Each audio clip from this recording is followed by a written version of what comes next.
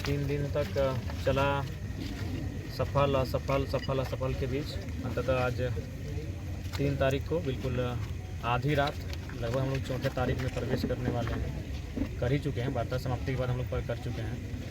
वार्ता में हुई कि जो मृतक जादू महतो और शिवशंकर महतो उनकी पत्नी को 12 दिनों के भीतर नियोजित किया जाएगा।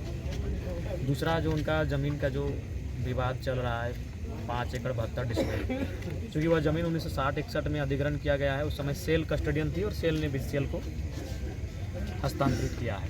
तो उसकी सत्यापित हेतु जो संबंधित पदाधिकारी हैं उनके कार्यालय से दस्तावेज जांच किया जाएगा और जांच में नियोजन की स्थिति में नियोजन और मुआवजा की स्थिति में मुआवजा देना होगा।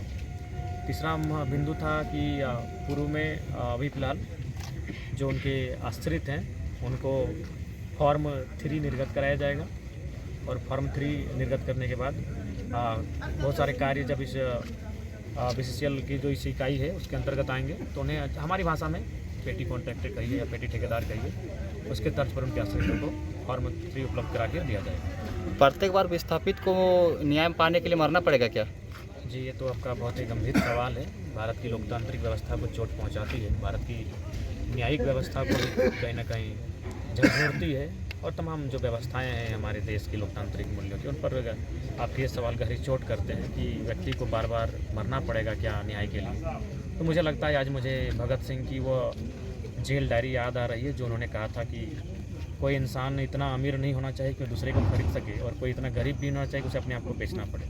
और एक लाइन था उनका कि हम आज़ादी अंग्रेज़ों से तो ले लेंगे लेकिन कहीं आज़ादी भोरों के हाथों में फंस के ना रह जाए। और भी आज भगत सिंह के वो विचार प्रासंगिक होते हुए दिख रहे हैं। आज आज़ादी उन्हीं की सुनी जाती है, आम जनता कहीं ना कहीं उनके लिए उनको संघर्ष करना पड़ता है। एक विधायक के रूप में मुझे 2 दिन से संघर्ष करना पड़ा, तब जाकर मैं इस नतीजे पर रात के बाद 2 बजने वाले हैं अब। बिल्कुल इन सब समस्याओं से तंग आकर जो आत्महत्या कर रहे हैं नहीं, उनको तो हम संदेश यही देंगे कि बिल्कुल मरने के बारे में ना सोचें। अगर ज़रूरत पड़ी और लगा कि आपके न्यायपालिका, कार्यपालिका, विधायिका, पत्रकारिता इन सब चीज़ों से आप न्याय नहीं मिल रहा है, आपके आस उम्मीद कम हो रही है और आपको अगर विद्रोह की भावना पनपती है तो आप अपने जान देने के बारे में ना सोचें। जिसके कारण आप शोषित हो रहे हैं, जो आपके ऊपर जुल्म कर रहे हैं, उनके खिलाफ प्रतिकार करें, उनके खिलाफ काउंटर करें।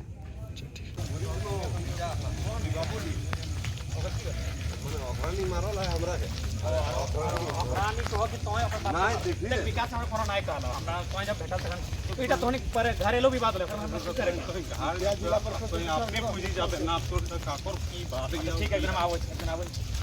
ठीक है, ओके भाई तो अभी टाइम लग रहा एक काम कर विकास हाँ बात देखिए